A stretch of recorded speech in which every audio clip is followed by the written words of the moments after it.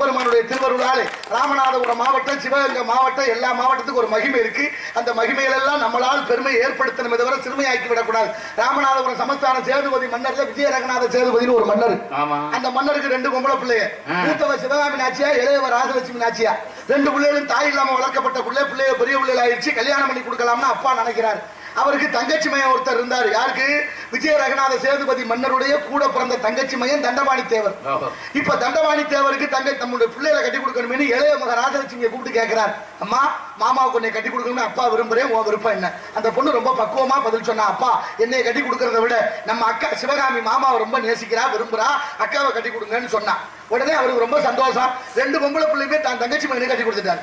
2 பொம்பளை பிள்ளைகளையும் தங்கச்சி மகனை கட்டி கொடுத்து ராமேஸ்வரத்துல குடும்பத்தை வச்சு மாப்பிள்ளை கிட்ட சொல்றாரு மாமனாரு, மாப்பிள்ளை ஏன் 2 பொண்ணையும் உங்கள்ட்ட கொடுத்துருக்கேன், அது 2 என் கண்ணு, 2 கண்ணையும் உங்கள்ட்ட ஒப்படைச்சிருக்கேன், பத்திரமா பாத்துக்கீங்க. 3வது கண்ணாக நம்பப்படுது ராமநாதபுரம் ராமேஸ்வரம் கோயில். அதான் ராமநாத சுவாமி பர்வதவர்த்தினி அம்பாள் கோயில்.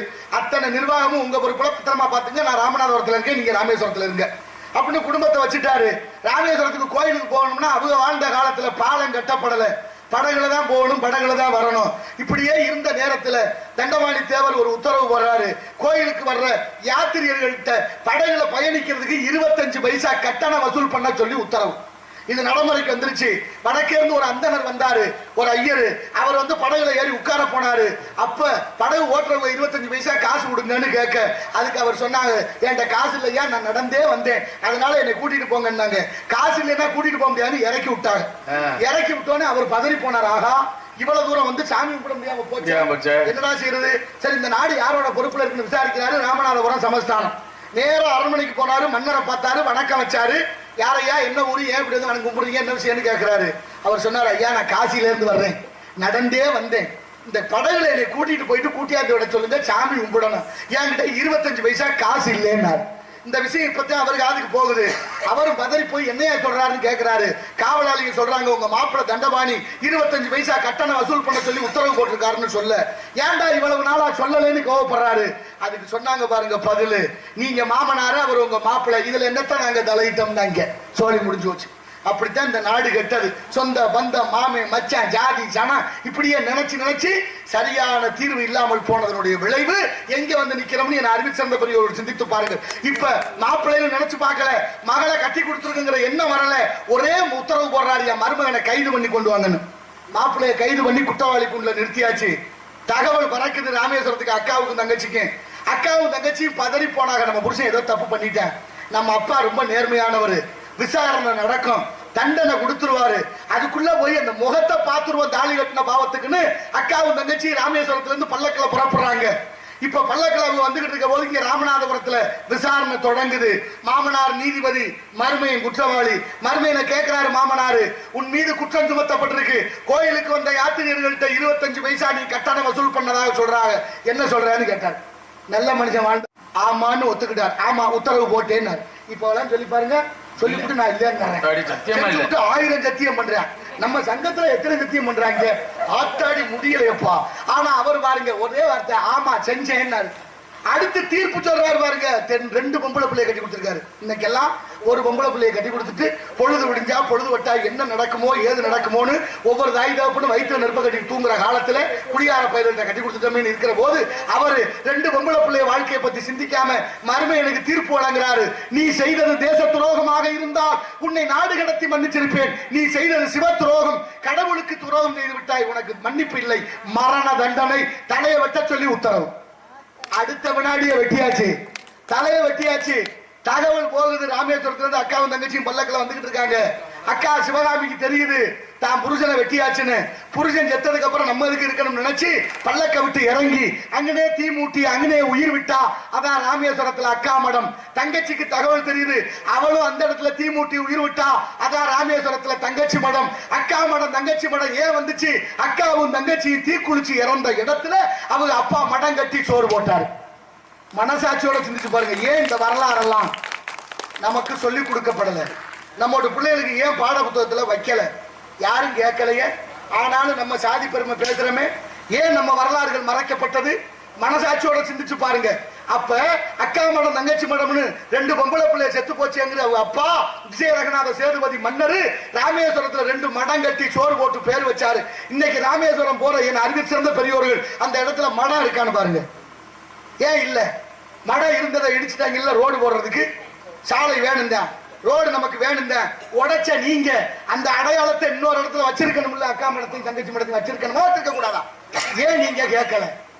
ஏன் நீங்க கேட்கல? வரலாற்று எப்படி மறைக்கப்பட்டு கொண்டிருக்கிறது? என்ன ஆச்சரியம்! 2 மகளுடைய வாழ்க்கையை சிந்திக்காமல் இந்த நாட்டோட நீதியோட நேர்மையும் சத்தியமும் தர்மமும் காப்பாற்றப்பட வேண்டும் என்று எண்ணிய விஜய ரங்கநாத சேதுபதி மன்னருடைய பெருமை நான் என்னவென்று சொல்லுவேன்? சிந்தித்து பாருங்கள் அறிவுடையோர்களே, பெரியோர்களே. நாட்டோட வரலாறு, நம்ம வரலாறு கொஞ்சம் கொஞ்சம் மெல்ல மெல்ல மறைத்துக் கொண்டிருக்கிறார்கள் என்பது நிதர்சனமான உண்மையை உணர வைக்க வேண்டியதுதான் கடமை. பாட்டும் பரதமும் அன்புள்ள நாடகமும் நாட்டுக்கு நல்ல பயன் தரும் என்றார்களே. எத்தனை வரலாறுகள்! இந்த மண்ணுக்காக மொழிக்காக உயிர் விட்ட தியாகிகள் யார் வீட்டுல தமிழ்ல பேர் வச்சிருக்கிறோமா? யாசிகா, அபர்ணா, பிருத்திகா, தர்ஷினி, மகிஷா, சர்மா, குருமா, வர்மான்னு பேர் வச்சுட்டோம். ஏன் வச்சோம்? யாசிகான்னு என்ன அர்த்தம்? யாசகம்னா பிச்சை, யாசிகான்னா பிச்சைக்காரின்னு அர்த்தம். தர்ஷினினா அமாவாசை இருட்டுன்னு அர்த்தம். மகிஷான்னா எரும மாடுன்னு அர்த்தம். அபர்ணான்னா அம்மனமானவள்னு அர்த்தம். அதெல்லாம் கூட விடுங்க. வடநாட்டு சுதந்திர போராட்ட வீரர்களுடைய பெயர்களை உங்களோட பிள்ளைகளுக்கு வச்சிருக்கீங்கல்ல, இன்னைக்கு வரைக்கும் இருக்கு. காந்தி, நேரு, பகத்சிங், சுபாஷ் சந்திரபோஸ், சிவாசின்னு பேரு தமிழ்நாட்டில் இருக்கு. என அறிவில் சிறந்த பெரியோர்களே, தமிழ் மக்களே, நான் கேட்கறதுக்கு பதில் சொல்லுங்க. வடநாட்டுக்காரன், இந்திக்காரன் எவனாவது ஒருத்தன் நம்ம வீரமங்கை வேலு நாச்சியார் பேர் வச்சிருக்கானா? மருது பாண்டியருடைய பேர் வச்சிருக்கானா? முத்துராமலிங்க தேவர் பேர் வச்சிருக்கானா? அப்பேற்பட்ட கக்கன் காமராசர் ஆக எத்தனை தியாகிகள், கொடிகாத்த குமரன் அவருடைய மனைவி கூட இறந்து 2 மாசம் ஆச்சு. ராமாயின்னு பேரு. கொடிய விடல, சாகர வரைக்கும் வந்தே மாதரம் என்று சொல்லி திருப்பூர் குமரன் என்று வரலாறு படிச்சமே. இன்னைக்கு இருக்கா? எவனாவது ஒருத்தன் வச்சிருக்கிறானா? ஆனா கண்டயம் போனவனுக்கெல்லாம் நம்ம செலவு வச்சு இங்க கும்பிட்டுக்கிட்டு இருக்கிறோம். என்ன பண்பாடு, என்ன நியாயம் இது? என்ன வரலாறு? இதுவா நீதி? இதுவா தர்மம்? என்ன சொல்லி கொடுக்க போற நாளைய வரலாற்றுகளுக்கு? பாட புத்தகத்துல தமிழ் இல்ல. பகுத்துண்டு பல்லுயிர் ஓம்புதல் நூலோ தொகுத்தவற்றுள் எல்லாம் தலை சொல்லிட்டு மத்தியான சோறு சாப்பிட்டோம். இன்னைக்கு இருக்கா? இல்ல. ஆத்திச்சூடின்னு அந்த கலையை பாட வச்ச அரஞ்சைய விரும்பு 60 சினம் இயல்பது கரவேல் ஈவது விளக்கேல் உடையது விளம்பேல் ஊக்கமது கைவிடல் படிச்சா. இன்னைக்கு இருக்கா? இல்ல. திருவாரூரை தலைநகராக கொண்டு ஆண்ட மன்னன் மனுநீதி சோழன் தன் மகனை தேர்காலில் இட்டு கொன்றான் என்ற வரலாறு படிச்சோம். இருக்கா இன்னைக்கு? இல்ல. காலமிக புலவர்னு ஒரு புலவர் தமிழ்ல ஆசிகவி, மதுரகவி, சித்தார கவி, சிலேடகவி பாடிய இரட்டை மொழி பாடல்கள் ஆடி குளத்திரையும் ஆடும்போதே இறையை முடித்திறக்கு முகம் காட்டும் ஓடு மண்டை பற்று பரபரனும் பாரில் பின்னாக்கும் உண்டா உற்றிடும் பாம்பு எல்லனவே ஓது என்று படிச்சோமே பாட புத்தகத்துல. என்ன அறிவு சிறந்த பெரியவர்களை இன்னைக்கு இருக்கா? ஏன் இல்ல? ஏன் இல்லைன்னு நீங்க கேட்கல? ஏன் எடுத்தாங்க? இதெல்லாம் ஏன் எடுத்தாங்க? எடுத்துட்டு நல்லதை வச்சிருக்காங்களா? எடுத்ததையும் சொல்லல. நீங்கள் ஏன்னு கேட்கல. 207 பள்ளிக்கூடத்தை மூடியாச்சு, அரசு பள்ளிக்கூடத்தை. 207 பள்ளிக்கூடம் மூடியாச்சு தமிழ்நாட்டில் அரசு பள்ளிக்கூடத்தை. ஏன்னு கேட்டா மாணவர்கள் வருகை குறைஞ்சு வச்சுன்னு. படிக்க வரலன்னு பள்ளிக்கூடத்தை மூடினீங்களா? குடிக்க வரலன்னு சாராய கடை மூடினீங்களாடா? மூடினீங்களா? எங்க ஆத்தா தாலி அறுக்கிறீங்கள வருஷம் பூரா. எத்தனை பேர் தாலி எடுத்து தெருவில் தெரியுறாங்க? மனசாட்சி வேண்டாம்? பாட்டில் போட்டு உடைக்காத இடம் எங்கேயாவது மிச்சம் இருக்குன்னு சொல்லுங்க. சிவகங்கை மாவட்டம் கீழடியில தோண்டி எடுக்கிறான் தொல்லியல் துறை ஆய்வாளர்கள். தோண்டி எடுக்கிற ஒவ்வொரு பொருளும் தமிழர்கள் வாழ்ந்தார்கள் 2000-3000 ஆண்டுகளுக்கு முன்னே நாகரிகத்தோடு கழிவறை கட்டி வாழ்ந்ததாக வரலாறு இருக்கு. நான் கேட்கிறேன், இன்னொரு 100-200 வருஷம் கழிச்சு இந்த தமிழ்நாட்டை தோண்டினா என்ன கிடைக்கும்? ஒரு இடம் பாக்கிலே பாட்டில் போட்டு உடைக்காத இடம். கம்மாக்கில பாட்டில், கரையில பாட்டில், வீட்டுக்குள்ள பாட்டில், வெளியில பாட்டில், வயலுக்குள்ள பாட்டில். கம்மாக்கில இறங்கி தண்ணி குடிக்க முடியல, வயலுக்குள்ள இறங்கி வேலை பார்க்க முடியல, சாலையில நடக்க முடியல, ஆடு மாடு நடக்க நீதி இல்லையே. மனசாட்சியோட சிந்தித்து பாருங்கள். இந்த உலகத்துக்கே வீரமும் அறிவும் கடன் கொடுத்த தமிழ் சமூகம் இன்று தனிகட்டிருப்பது எதனாலே? யாமறிந்த மொழிகளிலே தமிழ் மொழி போல் இனிதாவது எங்கும் காணோம் என்றார் எட்டயபுரத்து முண்டாசி கவிஞர் மீசை கவிஞர் பார். யாரும் ஊரை யாவரும் கேளு தீதும் என்று பிரதரவாரா என்றார் கணியன் பூங்குண்டனார். எந்த ஊரு? சிவகங்கை மாவட்டம் திருப்பத்தூர் அருகில் உள்ள மகிபாலன்பட்டி சின்ன கிராமத்தில் பிறந்த புறநானூற்று புலவன் பாடிய வாசகம் தான் யாரும் ஊரே யாவரும் கேளு. எங்க இருக்கு தெரியுமா? ஐக்கிய நாடுகள் ஒன்றியமான ஐநா சபையில் இருக்கு. ஐநா மதிக்குது தமிழ. 79வது ஆண்டு சுதந்திர தினம் கொண்டாடிட்டான் 2 நாளைக்கு முன்னால. 79 ஆண்டு சுதந்திரம். இத்தனை ஆண்டுகள் எத்தனையோ ஜனாதிபதிகள் இருக்கிறார்கள், இருப்பார்கள். எந்த ஜனாதிபதிக்கு தமிழ் மீது பற்றில்லை, தமிழ் மீது பாசம் இல்லை, தமிழ் மீது அக்கறை இல்லை. நமது பக்கத்து மாவட்டமான ராமநாதபுரம் மாவட்ட ராமேஸ்வரத்தில் பிறந்த முன்னாள் ஜனாதிபதி அப்துல் கலாம் ஐயா அவர்கள் தான் முழங்கினார் ஐநா சபையில யாதும் ஊரே யாவரும். அவருக்கு இருந்த அக்கறை எவனுக்கும் இல்லையே, இவனுக்கு இல்லையே. ஐநா மதிக்கிற, ஏன் நம்ம மதிக்கல? அமெரிக்கா நயாகரா நீர் அருவி உள்ள நுழைகிற போதே நல்வரவுன்னு தமிழ்ல வச்சிருக்கிறான். இங்கேந்து போன தமிழர் கேட்கிறாரு வெள்ளக்காரனை பார்த்து, உலக வல்லாதிக்க நாடுகளில் ஒன்றான அமெரிக்கா, அவ்வளவு உயர்ந்த நாடான உங்க அமெரிக்காவில் ஏயா தமிழ்ல வச்சீங்கன்னு கேட்கிறாரு. அந்த வெள்ளக்காரன் பதில் சொல்றேன், உலகத்திலே உயர்ந்த நதி நயாகரா, உலகத்திலே உயர்ந்த நதி நயாகரா, உலகத்துக்கே மூத்த மொழி தமிழ், மூத்த மொழியும் உயர்ந்த நதியும் ஒன்றாய் இருப்பது சிறப்புன்னு தோணுச்சு, தமிழ்ல வச்சோம் தானே. நம்ம என்ன பண்ணிட்டு இருக்கோம், என்ன வச்சிருக்கிறோம்? நம்ம மனசாட்சியோட சிந்தி சொல்லுங்க, என்ன இருக்கீங்க? இன்றைய தலைமுறை இளைஞர்களுக்கு 5 லட்சம் பேருக்கு தமிழ் எழுத படிக்க தெரியலையா? வெக்கமா இல்ல? தமிழர் நாங்கன்னு சொல்லிக்கிறதுக்கு நமக்கு கொஞ்சமாவது கூசணும் இல்ல நாவு? தமிழ்நாட்டில் தமிழர்களுக்கு இளைஞர்களுக்கு 5 லட்சம் பேருக்கு தமிழ் எழுத படிக்க தெரியவில்லை என்றால் வெக்கம் இல்லாம பேசுறாங்க, நாங்க தான் தமிழ் வளர்த்தோம்னு. அவங்களை கண்டாதான் எனக்கு என்ன செய்யறது? சிங்கப்பூர்ல 17 தமிழ் சங்கம் இருக்கு, சிங்கப்பூர்ல 17 தமிழ் சங்கம் இருக்கு, ஜப்பான்ல பல்கலைக்கழகத்துல தமிழ் இருக்கு, ஜெர்மன்ல 100 கோடி ரூபாய்க்கு ஆராய்ச்சி மையம் தமிழ்ல இருக்கு. உலக நாடுகள் எல்லாம் தமிழை போற்றுது.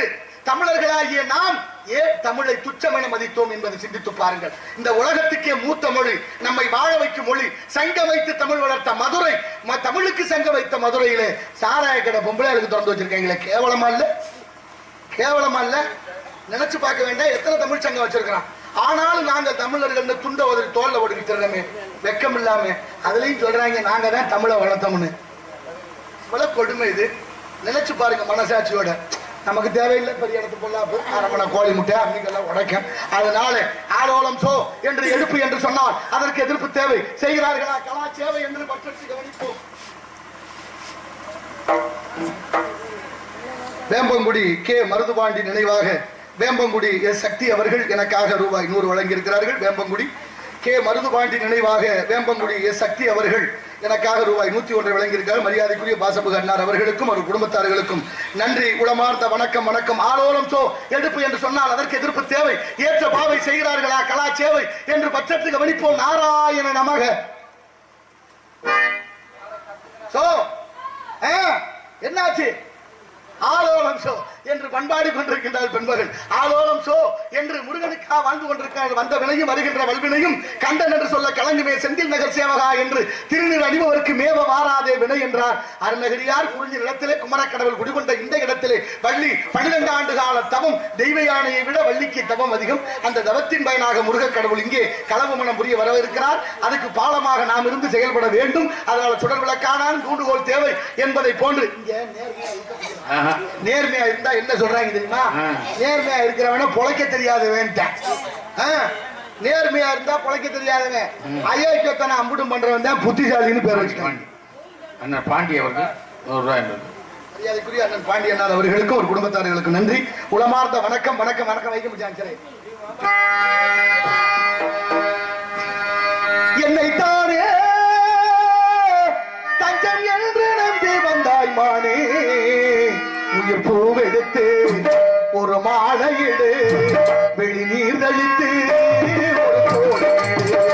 உன்னை தானே தஞ்சம் என்று நம்பி வந்தாய் மானே, உயிர் பூவெடுத்து ஒரு மாலையிடு, வெளி நீர் தளித்து ஒரு கோடு. உன்னை தானே தவறில் தகவல் சிறக்கிறதா,